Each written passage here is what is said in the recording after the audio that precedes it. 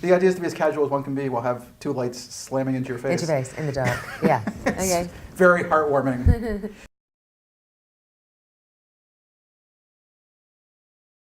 Mark and Alan both give you a lot of credit for changing your character. Well, I wouldn't say changing it. I think there was a kind of slightly opaque quality to her in the script that I was sent, and I think they were kind of between two stools in terms of, is she a kind of sociopathic, moustache-twirling villain who's getting off on the mayhem or not? And I hadn't read it that way at all. And I was quite passionate about her not being that. I felt like the sensibility of the whole movie was really kind of people being sort of flawed, making mistakes, but sort of essentially decent people. And I really wanted that for her. I think the sort of femme fatale trope is a bit tired. And humanising that was really important to me, and they were really open to that. So that was a really nice part of the creative process for me. They said, will you fly in a bit early and we'll sort of meet and talk and, sort of gently shape this person, and I loved that. It sounds less gentle and more like you guys really dug in and yeah, it was really nice, and it was really a lovely thing. I think when your director and your writer are very confident in their material and their own abilities, they're much more inclined to sort of go, okay, well, you're a woman, let's get your take on it, and that felt really appropriate, and it's lovely to have that. Do you find that opportunity is there a lot these days, or is it? More so, yeah, I think a bit more so. I think we're gradually moving things forward. Still a ways to go. Were you always of strong voice when you? Yeah, I had 4 brothers and a very, very intellectual stepfather who treated me completely as an equal, and so it was never really something that it occurred to me that I would be treated differently because of being female. It didn't. I didn't know that was possible until I entered the movie industry. I went to Oxford. There was no gender bias in the tutorials or anything like that, so it really wasn't until. Hollywood. So is that a British phenomenon or I think an educated phenomenon? I think maybe an education thing. I think certainly in my family it wasn't there, and like I said, in Oxford, obviously at one point it was an all-male university, and that had long passed, and the dean of my college was female, and it literally didn't come into it. I went to an all-girls school for high school. It was very. There was no kind of, oh dear, I can't raise my hand, there's a boy in the class. There was not, it just didn't come up. So I think in my formative years, it didn't occur to me that there should be a universe in which a woman's voice is less valuable than a man's voice. So when you came to Hollywood, yeah, and you found out that you were a woman, yeah, was that shocking or unpleasant, or? It was surprising in some ways, yeah, because I realized that, for the first time, I realized that it doesn't matter if you're right if there's a slight prejudice against agreeing with you. And like I said, my entire experience had been, well, if you have the better intellectual argument, that's the end. And that isn't necessarily the case. There was a certain amount of, and it didn't come across it very often, but sometimes there was a certain amount of having to sort of wrap up and envelop what you said in a palatable way that also massaged somebody's ego enough. And it was a really long way round, and I found that quite hard to learn because it wasn't encouraged in my education. You weren't wasting time doing stuff like that. You were getting to what was, the point. And so and so I did find that a bit of a learning curve. So did you get really good at it, or? No, not necessarily. Still not. No, and it's not something I really want to get good at. It's something I'm aware of, and it's something that I think is archaic and I think needs to not be the case anymore. But yeah, you can't just, you can't just say, okay, it's no longer the status quo because I've decided it isn't. You have to be kind of part of, hanging in there and chipping away at it. Well, it's an endless fascination to me in this business about women who part of their career is being beautiful. Right. It always seems like and you are a thinker, clearly. You've made that clear to us over the last few years in particular. I think people are more conscious of your ideas than they were before. Right. Is it just a strange universe to be in where people are judging that all the time? Is it Judging which? your looks? Just that. I think every woman in this culture is subject to that. I mean, I don't think that's escapable, really. So being an actress is not any worse It's a in that sort way? of slightly distilled version of it, but I think it's something that every woman is aware of. I mean, look at the weight loss industry, the beauty industry. It's billion dollar industries. That's not just aimed at actresses. That's aimed at everybody, unfortunately. So is there a way to fix it? Fix it? I don't know. It's a very complicated, huge question. I think there is no doubt that both sexes enjoy being admired by the other sex. The whole purpose of us being here is, to be found appealing by another human, I think, on some very basic level. But I think the balance of it is very off. And I certainly think that if you're just valued on your looks, that's a shame, because that's a very transient moment in hopefully a long life. Do you ever get sucked up into it, or do you ever feel like you're sucked up into that trap? I mean, yeah. I mean, everybody, I think, has insecurities about things. I think possibly, luckily, I wasn't, a great beauty as a child. It took me a very long time to grow into my teeth, and, I think also when I started in this industry, I in England, I didn't have a chaperone. You weren't really sort of looked after. You sort of found yourself on sets being, very, very young and very inexperienced. And I think I really consciously, had short hair and wore big boots and didn't kind of really embrace that kind of stylity thing as a sort of defense mechanism. And that was quite a long, I probably was in my late 20s before I felt sort of comfortable with that. And so I haven't really had that be the forefront thing for me, What's interesting is Johanna, she does feel like a very specific New York, where she thinks she knows she has it all down, and he's just naive, and she's figured all those things out and what men really want. And, but has the she at all? interesting thing about her is that, in some respects, obviously she's not really a peer with either of her lovers. Pierce is at a very different moment in his life. He's had his grand romance and his marriage and his child. He's had that. She hasn't. She hasn't met the one. She's hoping it's him. But and that puts her slightly more sort of in the Venn diagram with Callum's character. So she's got kind of a foot in both camps. She really doesn't really know where she's at. And I think that's always a very interesting moment cinematically for a character to be in a sort of point of chaos and transition.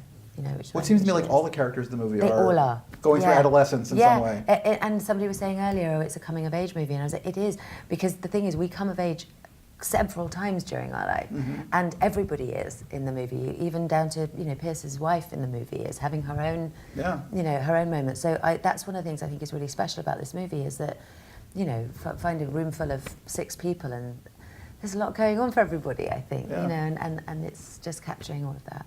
It's when I said something like that, then Alan gave you credit, by the way. Sorry? It's when I said something like that Alan gave you credit for filling it out. Oh, well, that's very nice. That's very He said from the initial incarnation, she wasn't quite as full, but that actually was that they were all going through something. Yeah, I felt that was really important, and I think Mark has such a brilliant sensibility to tell this story. He sort of encourages vulnerability in a very special way that is very unique to him.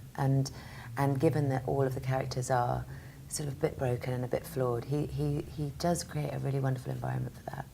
So for you, the best kind of director is a director who wants to have the conversation, I love that. It's what I'm used to. I'm used to debate and discussion and collaboration.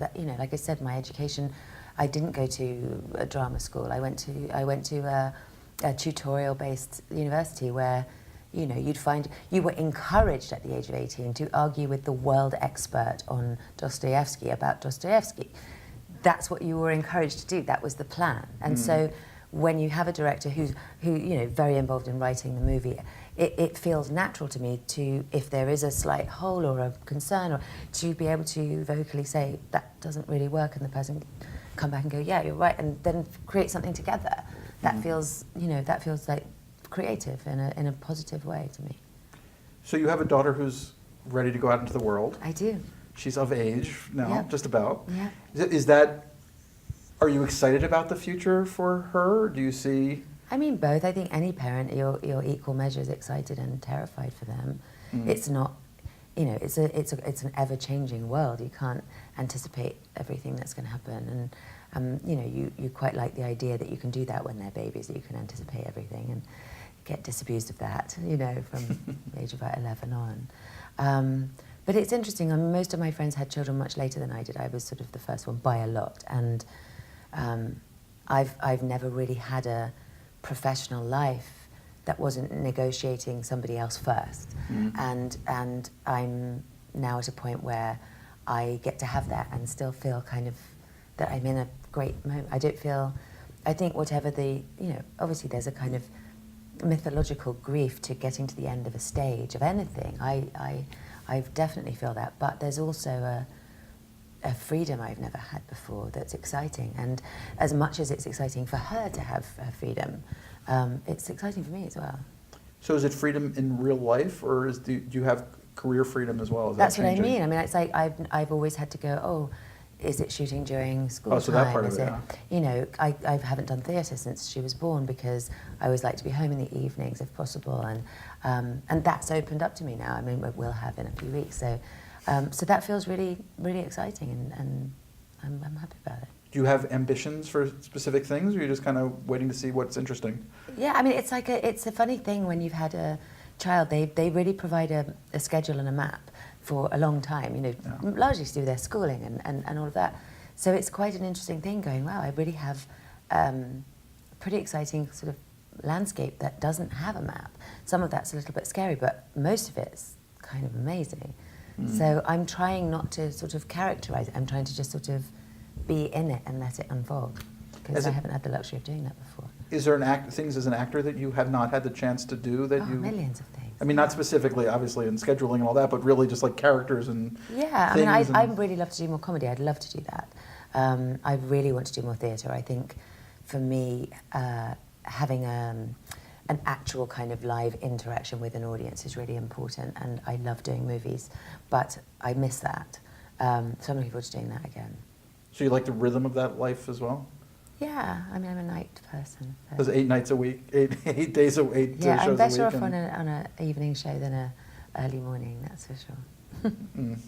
Is theater, I mean, when's the last time you actually did theater? Before my daughter was born, so about 18 and a half years ago, 19 years ago. So do you have very clear memories of what the experience, of what the life was of a theater person as Well, opposed yeah, to... I wasn't in a coma. I mean, it's still my life. I know, but you know, things change 20 years later or 15 years later.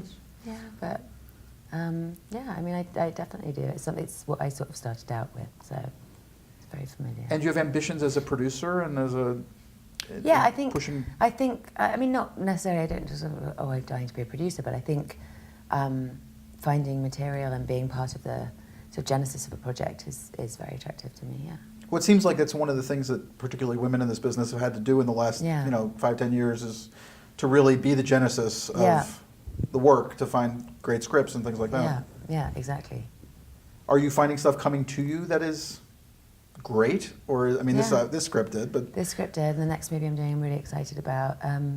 I was really excited about the last movie, Love and Friendship, that Whit Stillman wrote for me 100 years ago and then waited for me to age into. That was kind of an amazing thing. So yeah, I actually feel like I'm in a really fulfilling phase at the moment.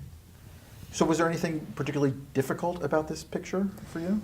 No, I mean, it was a really kind of blissful experience. The whole thing really was. It sounds like it. It When really you talk to was. Mark, it's like, it sounds It really like a happy was. group. It was a really happy thing. I'd be very happy to do a franchise of this anytime. I think initially it was just that kind of, just kind of navigating where Johanna would actually fall tonally. For me, the most difficult thing was I got probably the worst flu of my life about 10 days into a 4-week, 5-week shoot. So I was sick the whole time. That's unpleasant. So she's got a slightly sexier voice than I had because I was really ill. How do you, I mean, isn't that physically... Oh, it's awful. It's awful. Yeah, but you've got to get it together.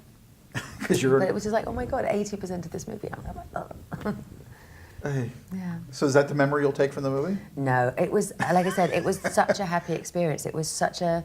He created a real kind of company, almost like a theatre company, in a very short time, which is a real achievement. And it was also the elections and the debates, so we would all kind of gather at Mark's for this really kind of extreme, odd period of time, which was, everybody was kind of going, oh my God, what is this? And it was so helpful to be sitting next to Jeff Bridges when shit went down. Because he was just a calming influence? Yeah. Or? Yeah.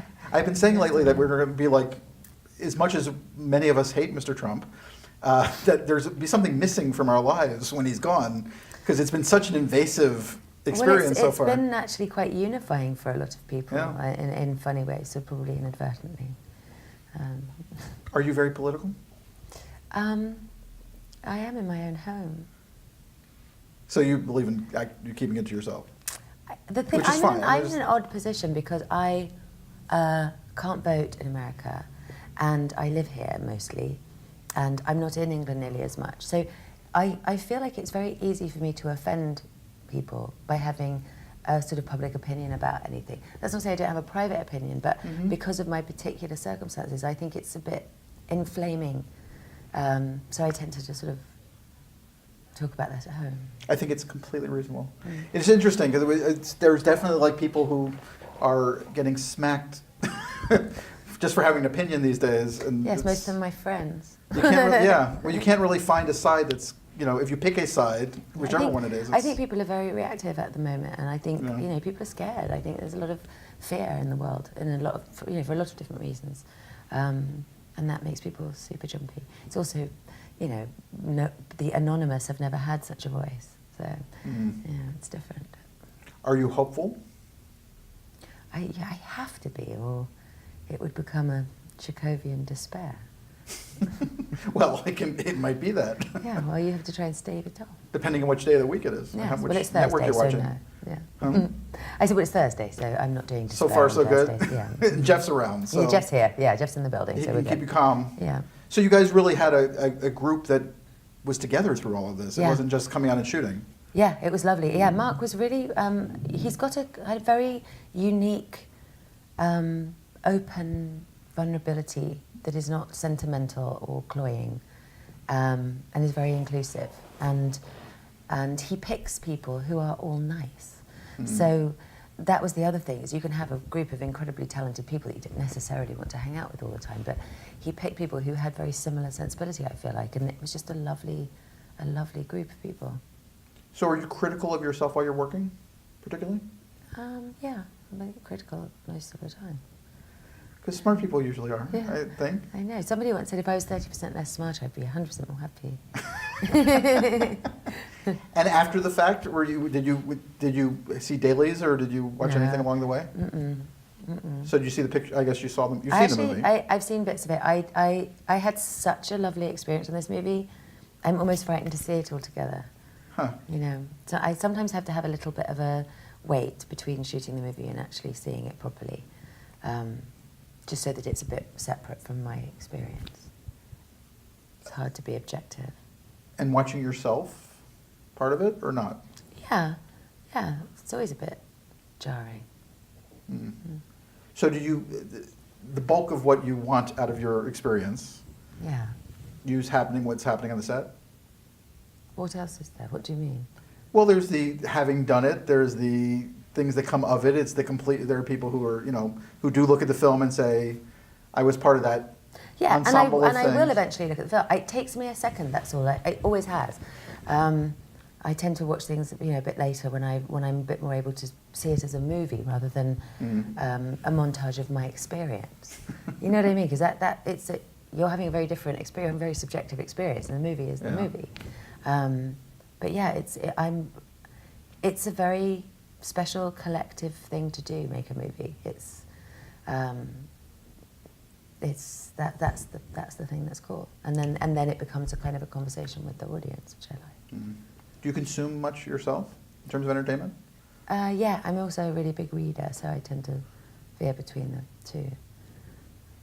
So do you prefer a good book to turning on Netflix and? Yeah, I find it much easier to operate a book than my remote. I liked it when you used to do that to the television. Yes. That's a bit much sometimes, but yeah, I'm getting the hang of it. Were you ever much of a TV consumer? Yes.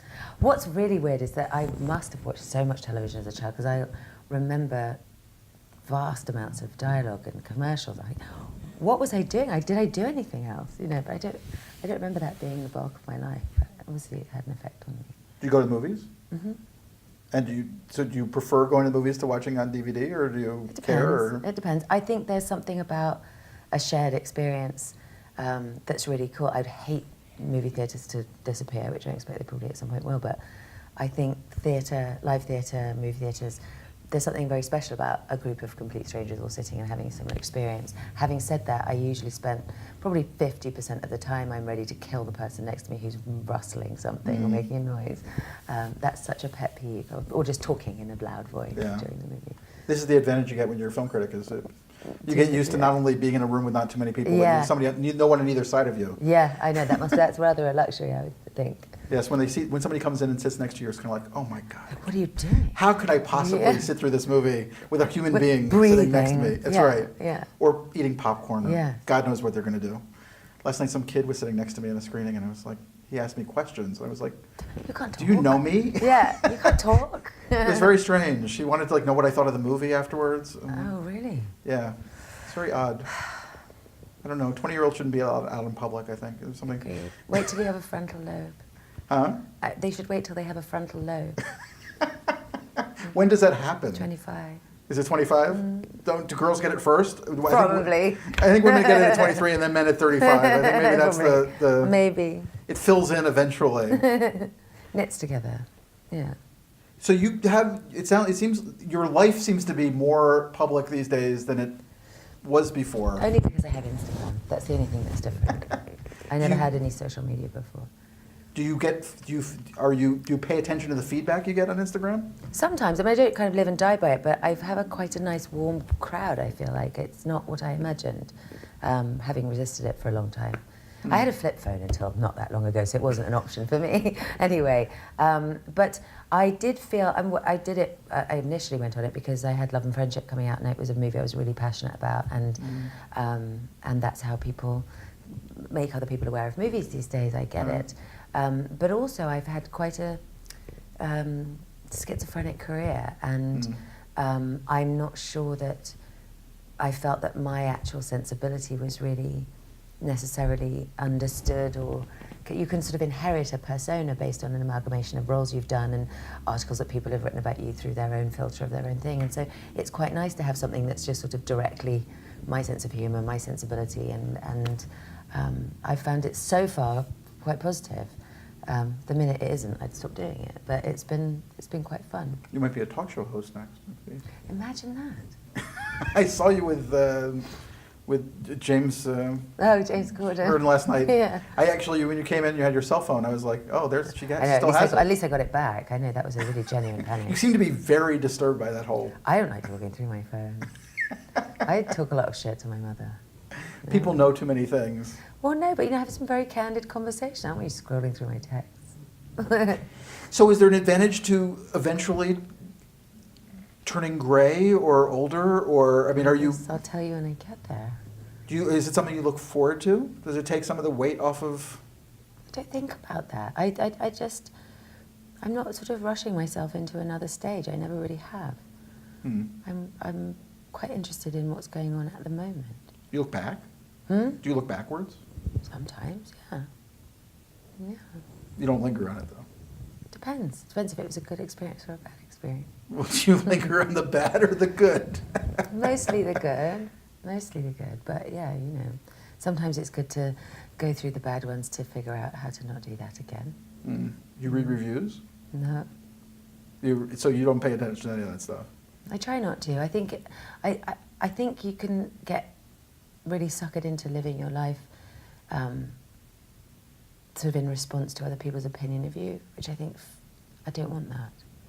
I just don't, I don't want that. It's sort of, this is it. I'd rather be somebody that some people like and some people don't like than constantly trying to please everybody. You can't really help but be that, right? Yeah, I'd rather just be sort of okay with that than going, oh God, someone in Wyoming thinks I have this or that. Fine, do, but feel free, I don't mind. Those people in Wyoming, they're tough I don't want to critics. curse out Wyoming. That was the first state that came to my mind. I actually don't know anyone from there. So. What is weird, the anonymity of the internet is, Yes, and even of film criticism now, Yeah. because it used to be that you would read, whatever newspaper or Right. magazine, and there was a critic. Right, and now that it's anybody can do Now it could it. be like, Yeah, now they have yeah. 20 different people, and you're like, And their opinion apparently counts. So, Yeah. that must be weird for you too. it's unfortunate. I mean, I don't think I was ever that important, but I do think it's unfortunate that the authoritative voices disappeared. Yeah, no, Authoritative I voice. see what you mean. Yeah, I'm sure that's true. And not just in film criticism. I think we're like just the canaries in the coal mine. I think that Yeah.